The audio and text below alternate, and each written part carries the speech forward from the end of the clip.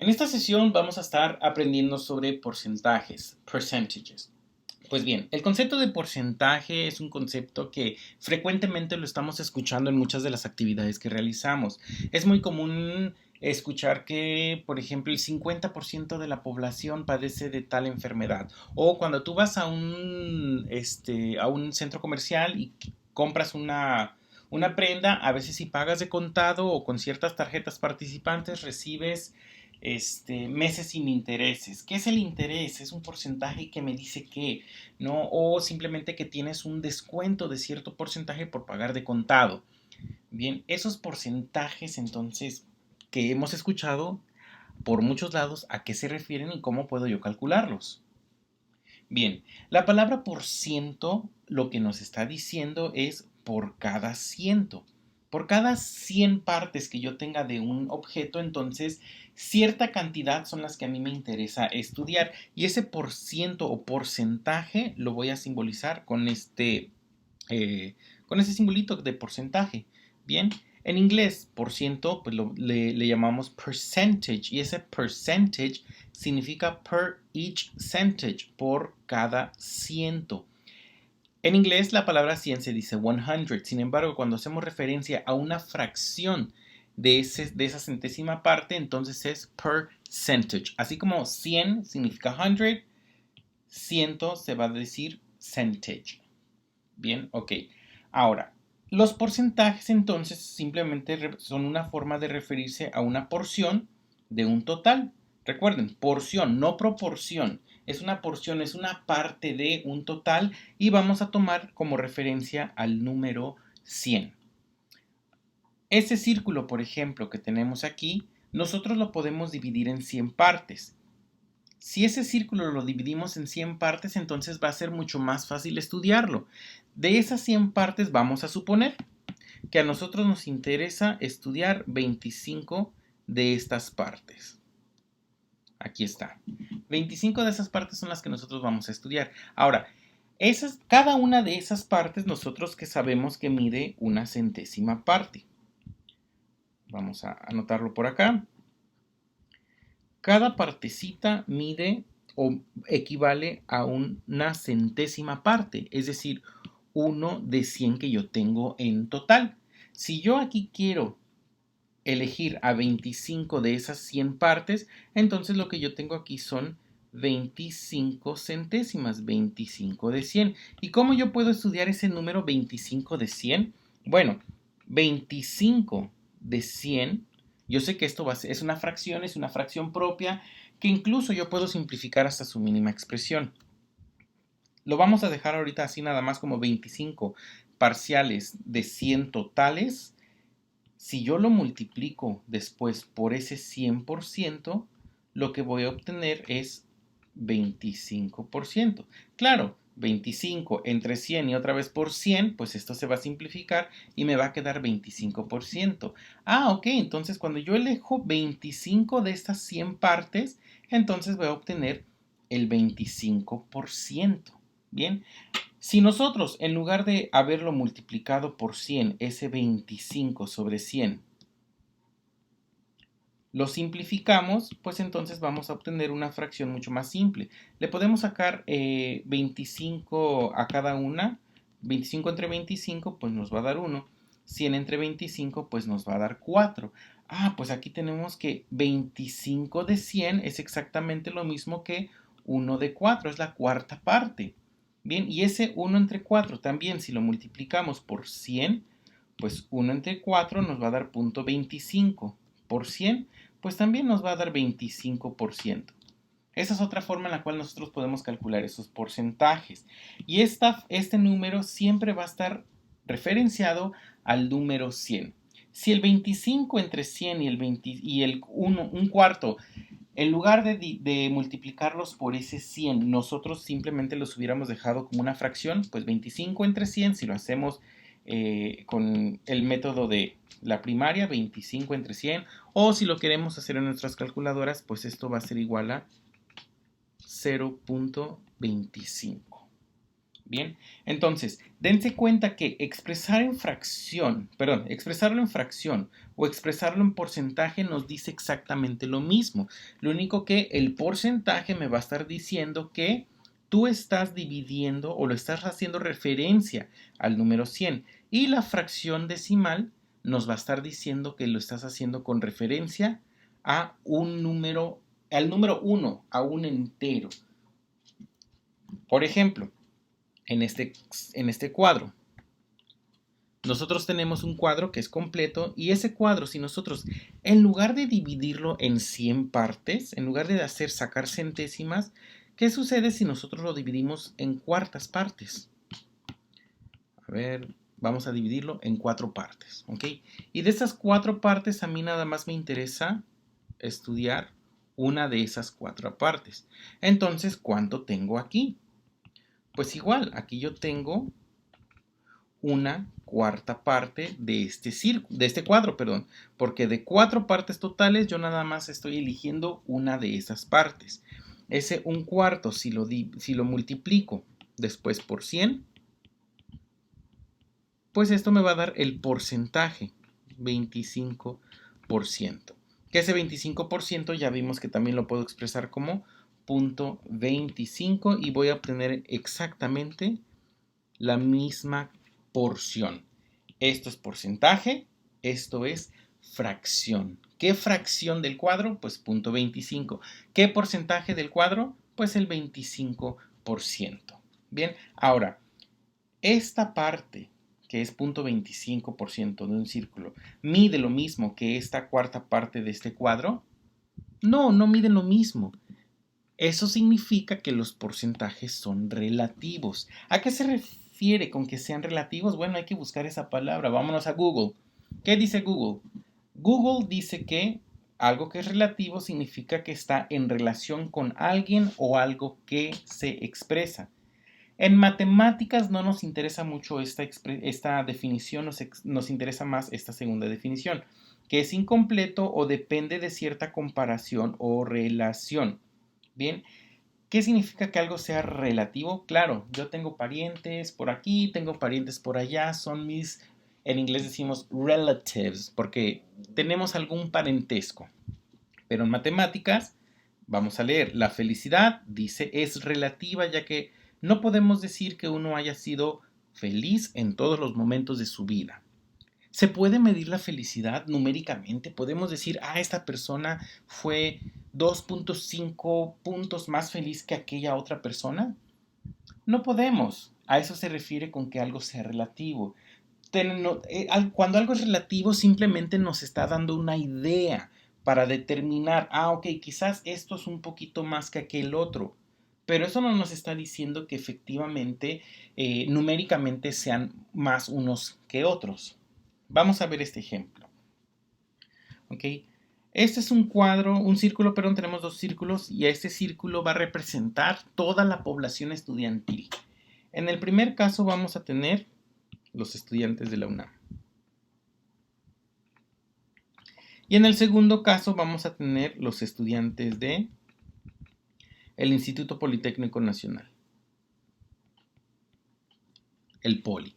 Bien, ahora, en un estudio que alguna vez yo leí en algún artículo, no recuerdo, no tengo la referencia, pero recuerdo que decía que el 60% de los estudiantes del Instituto Politécnico Nacional eran sobresalientes y que solamente el 50% de los estudiantes de la UNAM eran sobresalientes. Entonces hay más estudiantes pasando materias en el Poli que en la UNAM. No necesariamente. Vamos a ver, ok. ¿Cuántos estudiantes hay en el Politécnico? ¿Y cuántos estudiantes tiene la UNAM? Pues hay mucho más estudiantes en la UNAM que en el Politécnico. ¿Por qué? Porque la UNAM es una universidad más grande. La UNAM no nada más la hay en la Ciudad de México, sino también tiene otras unidades que están en otros estados de la República. Aquí en Estados Unidos, por ejemplo, aquí en Los Ángeles tenemos una UNAM. Es un campus pequeño donde se ofrecen, es una escuela de lenguas y además de que ofrece como certificados de preparatoria a los estudiantes que aún no terminan la preparatoria aquí. pero pues llega hasta acá. Y también hay UNAM en otros estados de aquí de Estados Unidos. Es una escuela, una universidad internacional en donde todos los estudiantes de la UNAM que están matriculados, pues a final de cuentas forman parte de esta grande comunidad. Pues eso posiblemente nos pudiera decir que, a pesar de que solo el 50% de los estudiantes son sobresalientes, pues son muchísimo más ese 50% que el 60% del poli. Vamos a ver. Si este círculo de la UNAM, esta población estudiantil, yo la divido en 100 partes iguales y lo mismo hago con este politécnico, si yo calculo el 50% de este círculo grande, pues voy a tener exactamente la mitad, el 50%. Y el 60% pues van a ser estos 50 más otros 10. Y ahí yo tengo ese 60%. Bien, acá tenemos 50% y acá tenemos 60%. Claro que en porcentaje, pues sí, son mucho más los estudiantes en el Politécnico, aquellos que son sobresalientes, que los de la UNAM. Sin embargo, compara esta parte de este círculo con este 60% de este círculo. ¿Cuál es más grande? Pues sigue siendo más grande este. Por lo tanto, a pesar de que los porcentajes nos están dando una idea de el total de población, cuántos de ellos se comportan de una manera, no nos están diciendo con exactitud cuántos de ellos. Es relativo el porcentaje. ¿Okay? Para comprender esto un poco mejor, vamos a hacer un ejercicio un poco más real. Esta es información verídica. Los automovilistas de la zona metropolitana del Valle de México, de la ZMVM, tienen la mala fama de manejar como cafres y provocar muchos accidentes. ¿Qué significa manejar como cafre? Significa que manejas como un loco, que te la pasas metiéndote a todo mundo y que casi provocas accidentes y que te la vas por ahí mentando la madre. El censo del año 2010 indica que el número de automovilistas de la zona metropolitana del Valle de México era de 10.116.842. Este es el número de personas que cuentan con una licencia vigente para manejar en este año. Al mismo tiempo, en la zona metropolitana de Mérida, Yucatán, pues habían 553.743 automovilistas. En ese mismo año, el número de accidentes de la zona metropolitana de la Ciudad de México fue de 398.091. Y en la zona metropolitana de Mérida fue de 26.176. Con esta información vamos a contestar. ¿Qué población consideras que tiene mayor incidencia a accidentes automovilísticos? Muy bien, pues vamos a estudiar la zona metropolitana del Valle de México. Aquí está. Bien, en la zona metropolitana del Valle de México en este año había una cantidad de automovilistas de 10.116.842 automovilistas.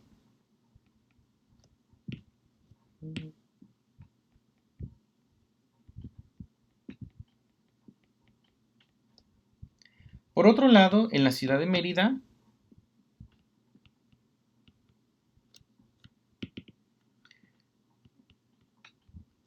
tenemos un total de automovilistas de 553.743 automovilistas. Bien, ok. Ahora, en ese mismo año, ¿qué es lo que sucedió? Hubo una cantidad de accidentados en la Ciudad de México o en la zona metropolitana del Valle de México de 553, 700, no, ese es el de, perdón, es esta cantidad, 398.091. Entonces, de un total de 10 millones de automovilistas, accidentados hubieron 398.091 automovilistas también. Y estos automovilistas pues fueron los accidentados. Y de la ciudad de Mérida, de esos 553,000 accidentados, pues hubo mucho menos accidentados, solamente 29,173 automovilistas. Bien, dense cuenta que ambas son una fracción, donde abajo tenemos el total de automovilistas y arriba vamos a tener los automovilistas que fueron accidentados. Lo mismo en Mérida, el total de automovilistas y arriba solamente la fracción de automovilistas que fueron accidentados. Bien, ahora, esto lo hago con la intención de que veamos que aquí estas unidades con estas unidades se van a simplificar y por eso los porcentajes son adimensionales. Ambos son automovilistas. Claro que arriba son los accidentados y abajo son el total de esos accidentados. Sin embargo, cuando nosotros trabajamos con fracciones, vamos a considerar ambos, el de arriba como el de abajo, como esa misma unidad, porque a final de cuentas son los que estamos comparando. Entonces tenemos estas dos fracciones. Para que esas fracciones yo las pueda pasar a porcentaje, simplemente aquí voy a multiplicar por 100 en ambos casos. Entonces, vamos a hacer rápidamente esas dos divisiones. Háganlo ustedes, por favor, también con sus calculadoras. 398,091 entre 10,116,842 y esto nos va a dar una fracción de prácticamente 0.04. Si lo multiplicamos por 100, esto nos va a dar 3.93%, prácticamente 4%. Ahora del otro lado, ¿qué es lo que va a suceder en Mérida? Claro que en Mérida hay mucho menos accidentado que en la zona metropolitana del Valle de México, pero vamos a ver qué tanto. Entonces, 29,173 entre 553,743 y eso nos va a dar 0.05. Si lo multiplicamos por 100, pues esto nos está diciendo que aquí tenemos 5.26, 5.3% prácticamente. Bien, ahora, vean, aquí en la zona metropolitana del Valle de México, sí, son muchísimo más los accidentes que ocurren en un solo año, pero eso solamente representa al 4% de la población total que está manejando.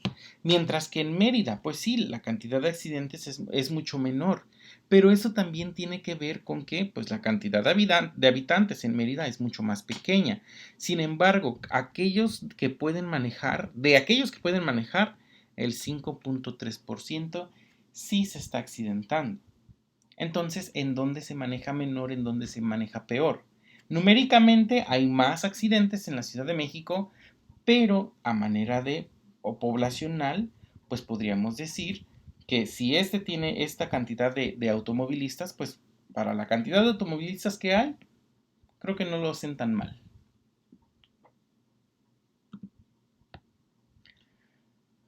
Ok, vamos a hacer una serie de ejercicios para que comprendamos más cómo se realizan estos porcentajes.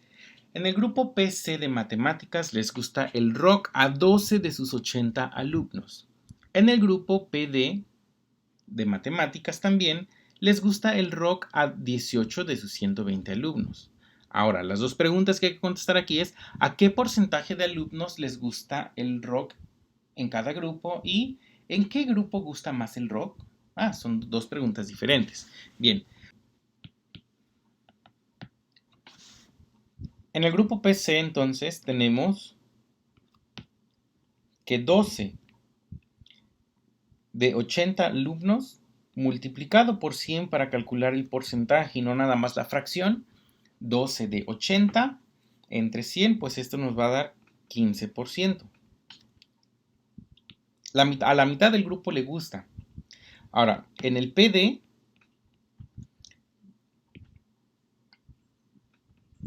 tenemos que 18 de esos 120 alumnos les gusta el rock. También lo vamos a multiplicar por 100. Y 18 entre 120 por 100 también nos va a dar 15%. Entonces, si contestamos esta pregunta, ¿a qué porcentaje de alumnos les gusta el rock en cada grupo, pues tenemos que la misma cantidad. De un grupo les gusta el 15% y de otro grupo les gusta también el 15%. Pero ¿en qué grupo gusta más el rock? Pues aquí nada más a 2 estudiantes y acá a 18 estudiantes. Entonces hay más estudiantes en el grupo PD a los que les gusta el rock que en el PC, aunque el porcentaje es el mismo. Bien. Ahora, una agencia de autos tiene 120 coches. El 35% de ellos son blancos y el 5% de ellos son rojos. ¿Cuántos coches de cada color hay? Bueno, nosotros sabemos que en total tenemos 120 coches. Bien. Y que el 35% de ellos son blancos. ¿Cuántos carros blancos entonces tengo? La forma de plantear este ejercicio es, bueno, yo sé que tengo X carros blancos en un total de 120 coches y que si esto lo multiplico por 100, pues la respuesta me va a dar 35%. Y de ahí entonces despejo a X. X entonces va a ser igual a este 100, que es un porcentaje. 100 lo paso del otro lado dividiendo y este 120 lo paso multiplicando. Entonces voy a tener 35% sobre 100% por 120 autos, que son a final de cuentas, ese 120 son 120 autos. Esta unidad con esta unidad se va a simplificar y la respuesta me va a quedar simplemente en autos. Entonces yo hago ese 35 entre 100 por 120 y eso me va a dar 42 autos blancos. Bien, y hago exactamente el mismo planteamiento para los autos rojos. Yo sé que Y autos rojos entre 120 automóviles por 100%, pues ese va a ser igual a 5%. Hago el mismo despeje. Para Y entonces va a ser este 100 que está multiplicando, lo paso dividiendo, 5% entre 100%, y después lo multiplico por estos 120 automóviles. Entonces, 5 entre 100 por 120, y esto nos va a dar 6 autos rojos. Y tiene sentido que sean mucho más blancos que rojos, claro, porque el 35% es mucho más grande que este 5%. De manera general, cuando nosotros querramos calcular cuánto porcentaje de un total, lo podemos plantear así. Pero si se dan cuenta, este porcentaje que está aquí multiplicando lo vamos a pasar dividiendo. Y cualquier porcentaje dividido entre 100, pues nos va a dar la fracción de este porcentaje. ¿Cuál es la fracción de este porcentaje? Pues ya lo dijimos. Pues 35%, su fracción es 0.35. 5%, pues su fracción es 0.05. Entonces, para calcular esto, hubiera bastado con multiplicar 120 coches por su fracción, 0.35, porque esta fracción es equivalente a 0.35. Para calcular los autos rojos es simplemente 120 por esa fracción 0.05. Entonces, cuando ustedes quieran calcular fracciones, qué porcentajes de un total, simplemente este porcentaje conviértanlo a fracción y multiplíquenlo por ese número total. A final de cuentas, lo que están haciendo aquí es de este 120 yo solo quiero el 0.35 de este 120. De este 120 yo solo quiero el 0.05 y por eso terminan multiplicándose estos dos números. Laura acertó el 85% de las preguntas del test de inglés. Si el test tenía un total de 160 preguntas, ¿cuántas preguntas no acertó? Bueno, aquí nos los están dejando muy abierto y muy fácil. Podríamos resolverlo de dos maneras. Lo que podemos hacer primero es, bueno, yo sé que tenemos un total de 160 preguntas. Y ese lo podemos multiplicar por la fracción 0.85, porque ese 85% expresado en fracción es 0.85.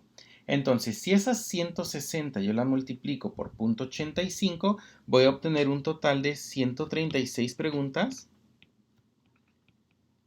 acertadas. Ahora, si yo quiero saber cuáles son las preguntas que no acertó, aquí nos faltó una G. ¿Cuántas preguntas no acertó? Entonces, pues si yo sé que el total son 160 preguntas, pues a esas 160 preguntas le resto 136 preguntas no acertadas y yo sé que 160 menos 36 nos va a dar 24. Y entonces ella tuvo 24 no acertadas. Pero bien, dense cuenta, esta es una forma de responder esta pregunta en donde hacemos dos operaciones. Bien, estas dos operaciones se pueden hacer igual de otra manera. Yo sé que las acertadas más las no acertadas es el total. Así como las acertadas más las no acertadas me dan el total, lo mismo va a ser con el porcentaje. Bien, yo sé que las acertadas representa un 85%. ¿Por qué? Porque me lo está diciendo que eso fue lo que ella obtuvo. El 85% de las preguntas acertadas. Por lo tanto, para el 100%, que es el total de las preguntas, pues ¿cuáles fueron las preguntas que no acertó? Pues ella no acertó el 15%. ¿Por qué? Porque 85% más 15% me tiene que dar el 100%. Y recuerden que el 100% es el total de las preguntas, el total del todo.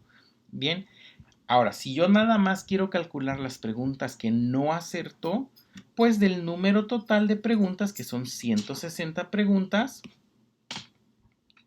yo simplemente lo multiplico por ese 15%, que es 0.5 si lo hacemos en fracción, y esas 160 por 0.15 nos va a dar también 24 preguntas no acertadas. Esa es otra forma de hacerlo. Esta es la primera manera de hacerlo y esta es la segunda manera de hacerlo. Y a final de cuentas nos da lo mismo. Este 136 más 24 pues me da 160, pero 160 corresponde al 100%. Por eso también podemos hacerlo de esta manera. Ok, ahora sí, el sueldo mensual de Jonathan es de 20,000 pesos mensuales. Si él asciende al rango máximo de la empresa, su sueldo aumentaría un 35%. ¿Cuál sería el sueldo mensual de Jonathan si es promovido? Bueno, él ahorita está ganando 20,000 pesos mensuales. ¿Okay? Para calcular el punto 35 o el 35% de lo que él está ganando ahorita, pues hacemos 20,000 por punto 35.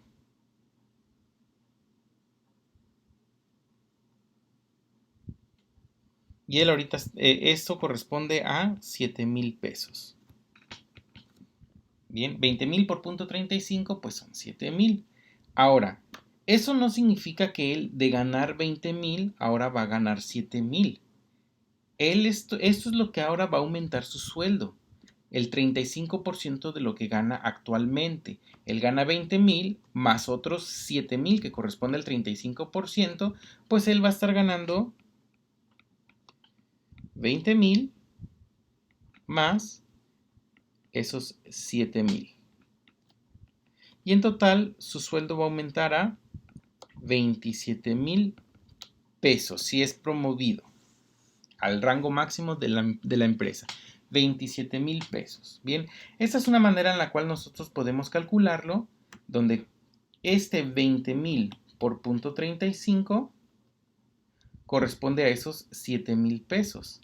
Si esto, en lugar de poner 7,000, lo sustituimos por 20,000 por punto 35, es exactamente lo mismo. Vamos a verlo. Yo tengo entonces 20,000, que es el sueldo actual.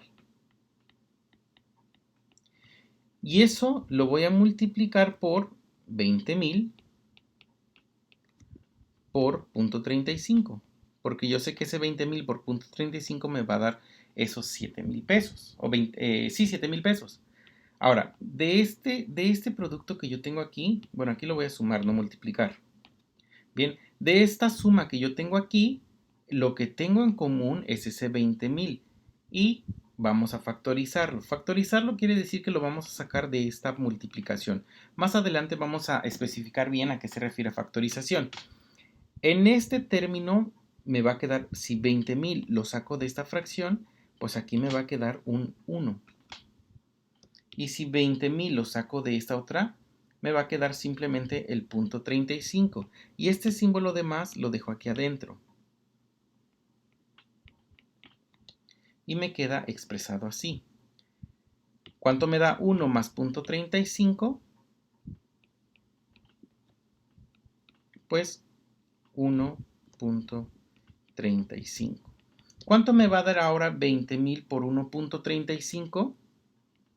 27,000. Entonces, si nosotros hacemos álgebra, un poquito de álgebra, va a ser mucho más fácil llegar a este mismo resultado de 27,000 pesos a que si lo hacemos en dos operaciones. ¿Cuál es el chiste de multiplicarlo? Cuando nosotros escuchemos la palabra aumenta cierto por ciento, lo que hacemos es que lo multiplicamos por 1, aquí 20,000 por 1, y también lo vamos a multiplicar por esa fracción que va a aumentar. Ese 1 y ese 0.35 los podemos sumar y este es 1.35, donde ese 1 me va a representar este 20,000 entero y el 0.35 me va a representar esos 7,000. Al sumar estas dos es como si yo sumara 100% con 35%. A eso se refiere este 1. 100% más 35%. Pues ahora va a estar ganando el 135% de su sueldo. El 135% de su sueldo actual es 27,000.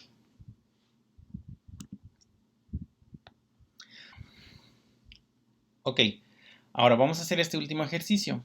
El costo total de una chamarra en una tienda de prestigio, la Plaza Guelatao, por ejemplo, que se encuentra cruzando la Zaragoza desde la FES, pues cuesta 350 pesos esta chamarra. ¿Cuánto dinero corresponde a concepto de IVA si este es del 16% y cuál es el precio antes de IVA de esa chamarra? Cuando nosotros compramos algo, parte de ese dinero se lo queda el negocio y parte de ese mismo dinero se va al SAT. Bien, el dinero con el cual se queda el negocio y con el cual se queda el SAT es a un porcentaje. El SAT se queda con el 16% del costo total de un objeto y el negocio entonces se queda con el 84%. Aunque tú le pagas 350 pesos por esta chamarra, el costo real de la chamarra o el costo del cual el negocio te está vendiendo no es de 350, es solamente de 84%. El resto del dinero es un dinero que tú como consumidor estás pagando por tener derecho a comprar. Tu derecho a comprar algo en México ahorita es de el 16% en la mayoría de los casos. Bien, entonces, ¿qué es lo que vamos a hacer para calcular cuánto dinero corresponde a concepto de IVA? Pues con cuánto dinero se va a quedar el SAT si nosotros compramos esa chamarra. Pues de esos 350 pesos, el SAT se va a quedar con 0.16%. Entonces, 350 por 0.16 nos da 56 pesos. Ese es el dinero que el negocio después le va a tener que dar al SAT por tu compra. Ahora, esos mismos 350 por ese 0.84, vamos a obtener 294 pesos. Y esos 294 pesos es el costo de esta chamarra, el precio antes de IVA. Lo pudimos haber hecho así o simplemente de estos 350 le restamos estos 56 y también nos va a dar 294, que es el costo de esta chamarra. Entonces el negocio se va a quedar con este dinero, 294. Y tampoco se queda íntegro con este dinero, porque después el SAT también le cobra a este negocio por un derecho de vender. Entonces no crean que nada más son 294 libres para este negocio. No, después de estos 294 todavía tiene que pagar impuestos estatales. Bien. Ok, pues hasta aquí llega esta sesión. Espero que les haya sido de utilidad para poder entender qué son los porcentajes y cómo los vamos a aplicar. Ustedes como científicos van a tener que estar aplicando porcentajes a lo largo de toda su carrera. Entonces es muy importante que por favor, si tienen alguna duda, no me pueden hacer llegar sus dudas. Ya tienen mi correo electrónico y si no, pues pueden dejar un comentario.